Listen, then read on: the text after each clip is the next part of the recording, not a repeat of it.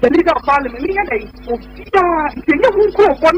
the road leads to Komwampusa. On the 31st, all road leads to Independence Square. On the 8th, all road leads to Central Assembly Hall. Finito Kengran Honorable Ajosafo Eso Akasa enu na wo kire mu se yiyo etie no e wo se busuafo bo eye no kukuruba nti ogidie se eduan na abusua esuminya abusua wonum nyina baba ne papa apostle Kojosafo kantanka yi no omo ka 26 no ama ye nyina ya dress ye ko na pata no pra ye mo ba ko ye ko ya ba ko ntia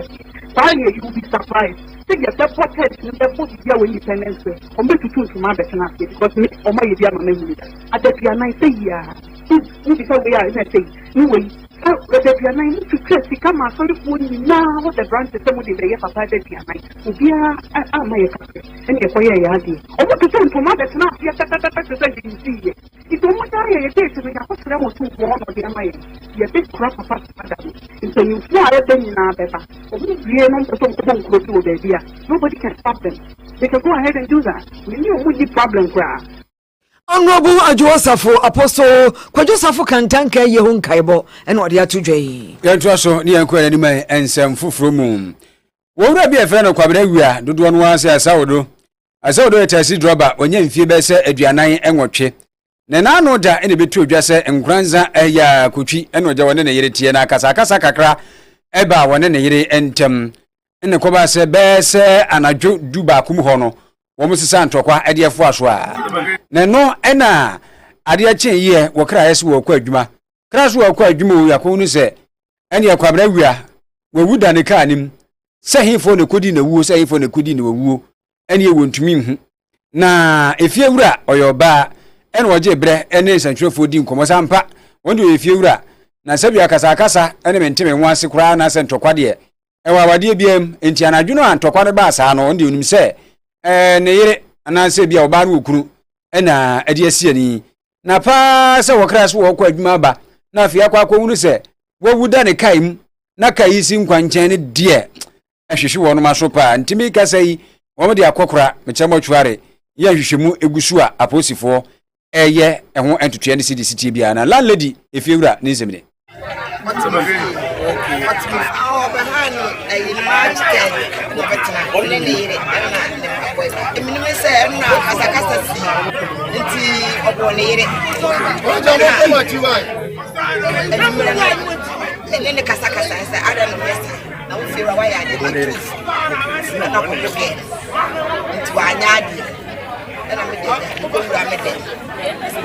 no share my you come right with them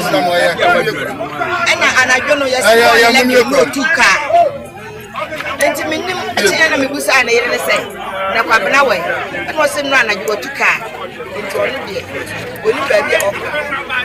enti ga ndo oboba ne niam si we say okọ so friend sister mo say boy na bo na o mo so okọ e wa agu apa enti dia me de binim fa ho no ti ya wo se sia na bi first say kwabena wuda ne kan boy no so fragment ono so bribe into ya na yeso oboa no sa ya boa say na obi ti ya say ya pa na wuda ne kan and say yes ya baba ndi abekai na sa ye tin enti fiewura ena mo tin wenka no ba bia kwabena wua do no afra na asawodo wote ena maami di nsem ya tudwa na assembly member ya wono so nkranza ampa ba me number 2 eni wopani Frank Entwi asem no wasi na bato mfare mu eni wo ka si so se ai ebere kro mbo pri omutimi hu se emoja ewo abantie ne ho nti ebia nipa bi ena aye nsa pedo mo friend se mo se kabisi a obidem kabisi nkranza ekwa no so ya pa no janse ho ya obidem nti ampa no kwa me tu me ka e ba so a e yampa taxi ni so taxi kama kana wo ha AW for 5820 kan is ni pani dem man hu nyina e fin na nim aye mo jira no aye mo jaso mapo no mapo ko ha dia ya hase na hase musi e baby ko na besi aso mata no na bisa no na sanix abisa for kama aye no ya tse we taxi driver bisa bisa for sa be bia ha o se aye mo bisia we taxi driver it is only bonny for o mo kasa fi answer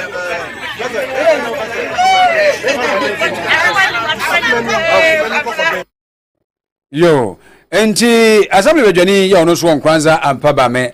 number 2 openi fragantwi ya de ne si na bato mfare mu no na mote se ono so de kakra eto aso yi ne kan na chini atro onipa sei nipa ta hey mutum na bata mutum onipa sei nipa nyame mfa nsie na yemfiri wo yenko bekwa krosin no emwe na bekwa krosin nim enkro bi ewo ho amo anwema dankrajani amenase wo mu bu ofupa wo mu se kwari bi ewo ho kwari wo mu papa abo wo mu ha wo no papa wo mu se japade u TV ana asai emfuo na esai ya bata kaya wo sai noma na kwari ndi any day shine kwari na meka say omani abreko aye oye kire de atia kware no ene assembly member ka ho bi ya dankraja electoral area assemblyman honorable Inshiraba Abigail wasi wi asese wanka sa otri ho a yeyi wo yibone ntina wonom eye demonstration no Abrachoye Deshan Company Limited eye kweli Abrachoye Deshan omo bae omo amehunu kro omo ko hunu omo esase ehunu omo enhyehyeye egu akwa me waso omo ye omo anye mesre ye na wote kokoso otufo ye bo omo ase ne yakasa sebra na beche woman na woman ye bre enkofo yare dwumade na omo di ni benyen enti ema dogs ebu nkama fagro ni so a wo bakwa mi ase ya ria wodo eni yare emuya omo bowa ene kwami asay omo blast bia obi dan ibu edan ya mu a eye e blast no etimi pai no eno nti ena ye me organize demonstration because ya hemfo mu di anim no ye de kwato omo anim omo so mu ni hwe omo ka de abo ayen amo oman ni ti ni so a yesu ye kwa ye MC ya so ayen so wono so asomo amwa ye ma obi me fe ye japade enkokwa enti eye petition ye kita ye ma omo just 1 week esase omo bani kwa ni betena se na enhyehyeye wo so mu di gu akwa mu bia no omo di babe gu akwa mu eno ma otese omo ye fata enti esa omo se petition is am draw for mu mani do otu for ma yen so omo adwuma ne wani mu ya yo nti wo ha video no a omo fo omo dan no ebubuo ene etitile edan ne okola mpedi ene no an se agiegu ewoso kakra bia na agiegu honorable Inshiraba Abigail ye assemblyman ewadan kreja electoral area ewo bekwai krusino emu ya keka komesiga budget ya chese yedi babewura afimpimi no ene aduno ensia yedi bo omeya kohoma yedi bo omeya hu abra no yenim se afere de ya pamu ya ye chese ya keka ku animu a na no da kura media budget ne chese ya cha afinimu no ye no soso de etia ye na se de kira yedi bo oman ho bra no ene omefu sanfo atofo se ko gina bra shebedwam ene soso waka ho asem na oman eba the committee of risk asem ena afi ne ntutu yeso a omra shebedwam bani odima prepreja pa kan sa de oda so titiro ne rank member no ayeka no kodwo opon ofo ase ayire bi mra shebedwani ena odi tu dwase sika no ayetwa ayese ade bo omen akoma ye afia atwamu no a de ba bewura afi mu no kurani sika no kura de ate aka mu aye hwe kura no ase ye nhye dan hunu ye mpanimfo no atoto apa so abaye no eye be 30 billion Ghana cedis emuodu enti ene wo bisa wo se wo mai foto sanfo ayi ni wo mo maka nyina ya wo mo hwe wo mai sikasem no anyimbia wo mo kan sei afesuso ene ma ni bi kro no mo no ade enti a wo kan saa ne se de ebo din se bi edi sika we kro de edi sika we kro edi sika we kro de de kwa akogbo ho bra de de akyekire wo ma no ebi wono ma enrumpo na nkampese de ensa ka na mpo kro no siese de ensa ka ya wie ojo ponkroma. This is not the first time a finance minister has presented a media review and has not requested for more resources.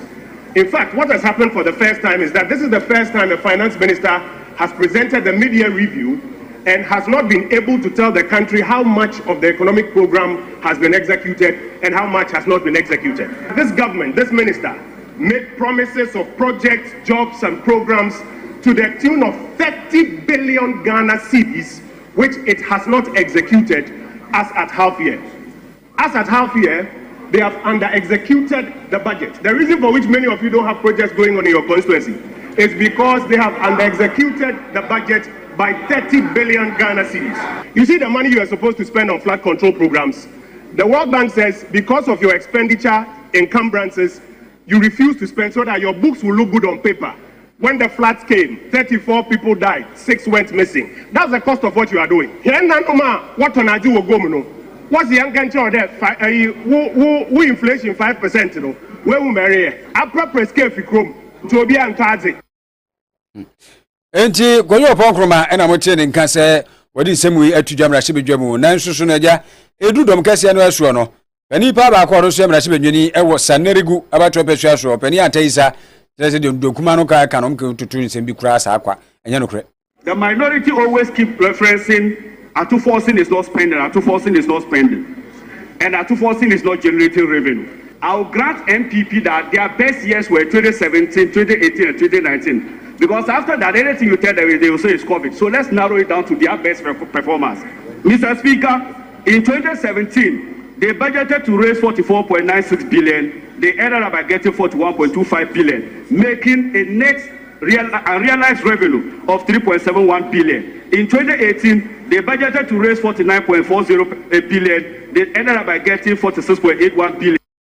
Yo, ejata isanso no. Na ni nyina mu no kane soafo abedi akire hwesikasem so former deputy finance minister. Maame abena osaya sare enso so akire se aba no ase wohunu kurampo no wode ahye botom. So wohunu boto no so a wohunu kura no ene wakofa de ahye mu de na sie wose ba bi won ma ase edi sika no akro na homum ene ye de ye adwuma no a no wode akowura ba bi foforo eba ne sanso ma sikasem no ene ye to no apre enkoyie kura ma sikasem sai. There was a shortfall of revenue to the tune of 5 billion Ghana cedis upon all the 8 new taxes that the government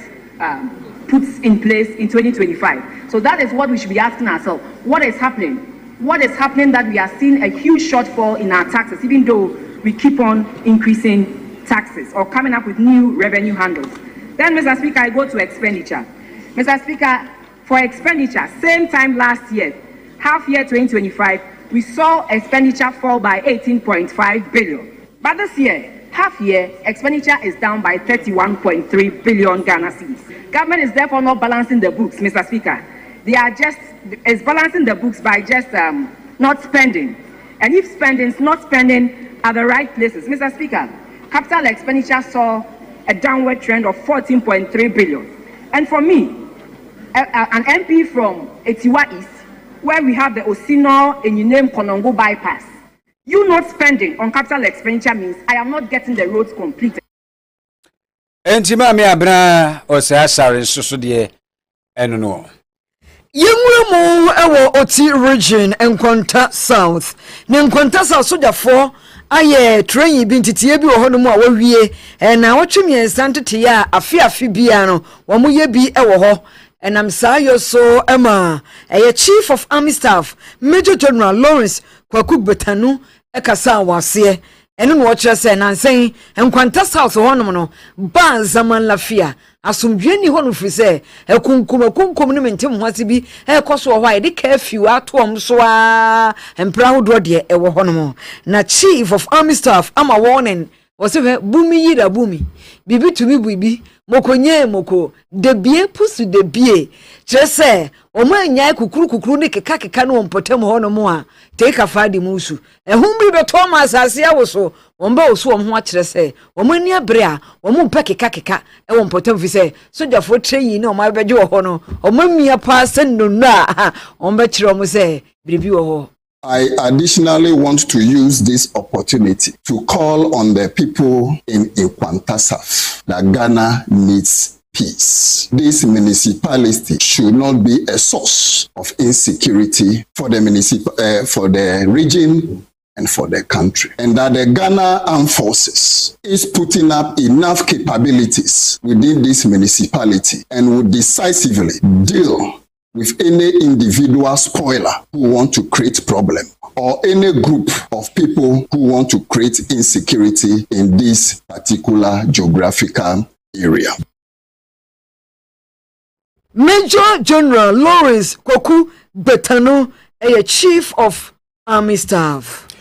I promise 102.7 KaseƐ no gusua ye de Emma won Promise TV so edemti we share so ntentana so a now do ani achirim ewo Promise Radio Facebook wasasa man na jese wo mo kasai wasasa man ewo amanfi iskrosini wo atoyema ntemu no mo chese sabi ku sabi nya do ba bi asesi ani bia droi na kwabrane ngise wo kugina dua kakraka bi ase ansan wo nya network eno no kra ho kwa wo hwe ya unya ngise bia wo manfo to obo ase boabo wo ho ano no ma ko gina no ne nipa no sunsumu wo sese yo bia akra na kan bom saa no na atwe network no waba no watumi e de ayekọ anase empokura no se wo de bebra so na ko kra no muntumi je na chese wo de bebra so eno de ayeden pa mo ne se training asona de share kwaten edi nkomo eno mo se ni manimu ya telecommunications no amode mo so mo Ghana ha ene kan da sebo na mo so ni atumi ayekọ aye hello enei etumi atwa ehun hunu sese bi ekusa bi anya do wabra ne ni di nkomo ntentan no so de tete sa no nso ehunu de ekoso ntentan no so mo ma mo honya ha na wo mo che so mo brepa e wasasa ma ho ye challenge KaseƐ network validation bo so me so a ani this year di ku validate na so na wa faka akokrom akokropon akwa validation yes a bo so me so a isika ma teachers a ye betu omu de omu nyina ko ye so kra ye boabo ya won se network no amade a ye so ye be free ya ko be iska network be ko network bia ni ha ka se wo free 57 bo se omomra na omombe dunja se ombe aye ye bre pa enti wo man fo so de eno no wasasa aban ena mote won ka no na wo pani Isaac Yaboafo won na ye assembly bedwani e wo mpatemo ena wo kan si studio so se no kuro nyankopon ni nko for ka wo mudi ka na ka ho kra ma che se ena ade ye free business yin so wono ankanye se bia wo traka mumpo ana se wo fa moto wo fa pragia wo fa bobo ya tontoto na nam kwan so enka bibia ni awtumi kra frɛ yesi afra de bi order umeki order ni ade abrew na fe watua ka ni nyina nkoso aka wo momo bre pa e wasasa ma ya assembly member sama yi kura ne eso pa ma fi east ya kan kura KaseƐ wa no ma nkuro 5 full body na be boss ama yi the population is even more than 5,000 but we no go is in the same community and to me nyashi amma me wo big problem see at for one because of so many network we go to the plan of person over credit card see a data na be let you over credit for one ma na one wo use data omo dey send you omo no nyina see omo nya network just of paper teachers who are one year validation just omo call approval omo so e mobile money go so be send you sika kura no ntumi mpo eni sika and no training super ye one say in case of emergency say jakura and I fire service ambulance service and I police even service in case of security for the here this two motor ko drive be na so for so akonya baby and some wait and some wait to me ayi John Bo Isaac Boafo ono ya assembly bedwani o wasasa ama ne nsem odi tudwa eno no ye free hono enkane emraso bedwafie dom KaseƐ na anuni former majority leader onumanyafo say chairman sabonso wose sese asofo binum de woye kra na wodwen ho awonte ase wose obra MPP aban wo so no asofo bi mo wono mo so ke kansa ma KaseƐ boa MPP a afedi NDC baye fun latof omulaite adondom womuko low battery omukasa hala chese omukasa kra yente enkane wo nsem anu omukano sese omada wo ma no ni nyina ne sen aban ne baye no foforo ne baye no wo sika akredi ya ma binum posu ya to party ya ma binum secretly enti ya dia pressa wonu mano a wo muntimi nka ne ahinta a eye no kretrodo enche Ghana manfo so for bia no mu bia bana you expect them to speak and then for whatever reason that's of the kwena and them ngasa bi na me asem ensesa ya kan no kra kire ye ho na me asem ensesa kwena fa so yi obi atay no mbe so fa sa kwena no yi aban foforo na aba na tay all because aban foforo na aba no anu ma so for the be positions dile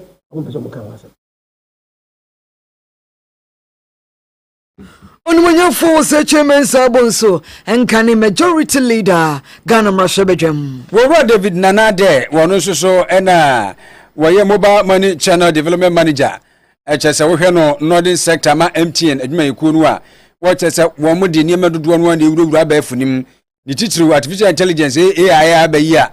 utimi de bibia enti kwabrane mo de mo semo ye frosters se bibia ni amubu nkofo afaso mubu nkofo afaso ansa na bebu obi afaso na AI na chew dada ni nchiremoni. Currently our mandate is to build Ghana's digital future together with unlocking growth and opportunity for everyone. We also would want to, as a second pillar, to build a cash-light financial ecosystem.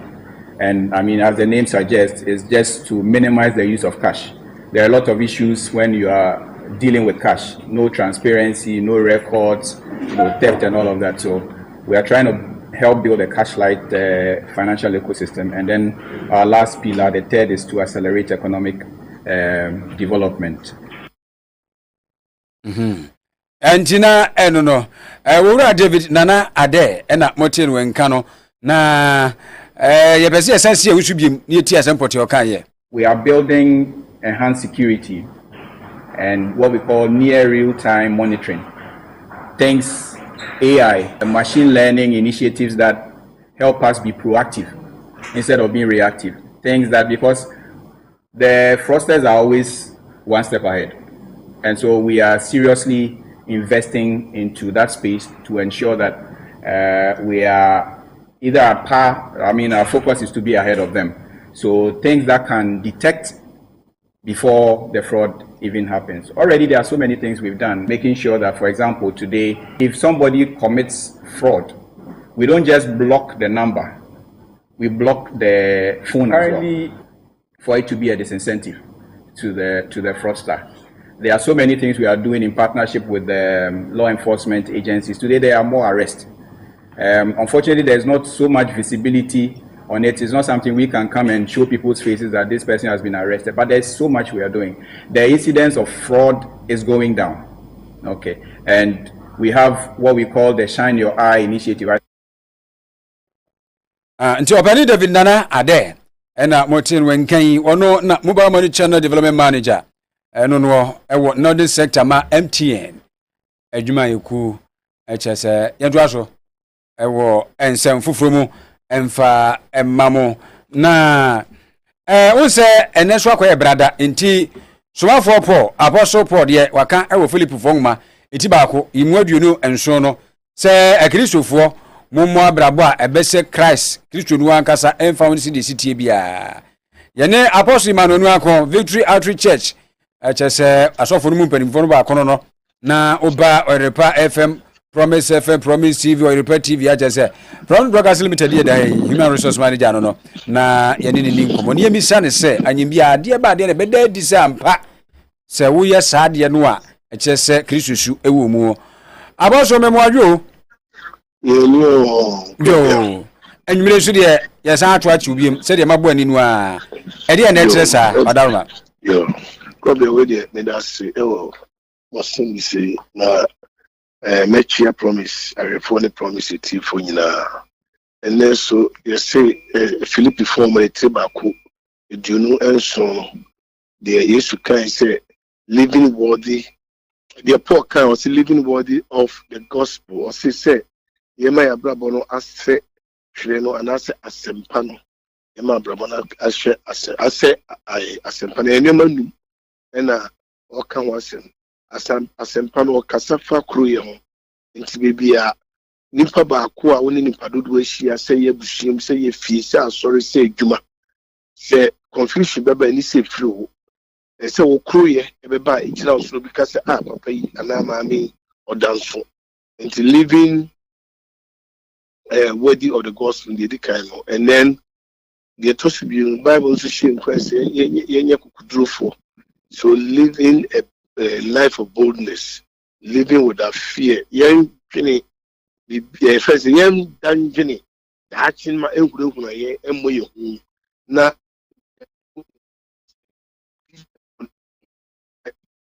right.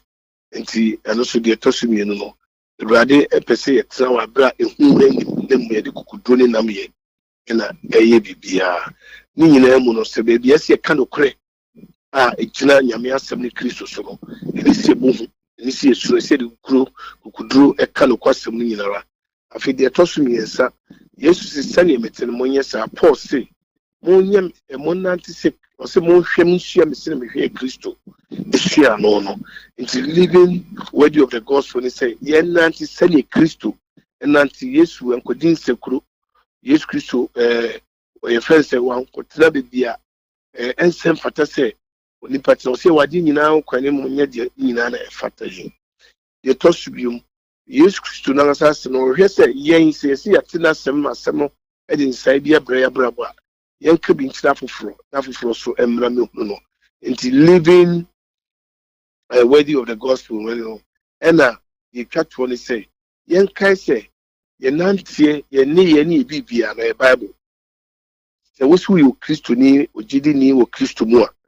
woni ye wo kasa praise before you say assembi ara mekano adi bi ara meye anka ese me bisa say ye yesu fe nti ese ya na montuo ye kasa ye ne ye bia no efiri twere mu na gina twere no so nti living worthy of the gospel o gina homa na machirechimi ya mi shiramu na ya mi shireti for the force. Amen. Amen. Apostle yeda ase pa ne obre brano unyadima yeda ase Apostle Emmanuel Nuyako Human Resource Manager Promise Broadcasting Limited ya sanso so na Victory Outreach Church asafo mpanimfo no baako tesa asofo no ene se Ebdu Brothers anu ani akọ nchen ni akọje se de yitumi e de aboye bra na aboa yen eno ene ebi soso de yati Uja yeko ye change over ye move over na fe KOD I take it over or the more across over asetinapa jumedie eno de eba ede mo de afutuo wom enkranhye wom ade kire su ewom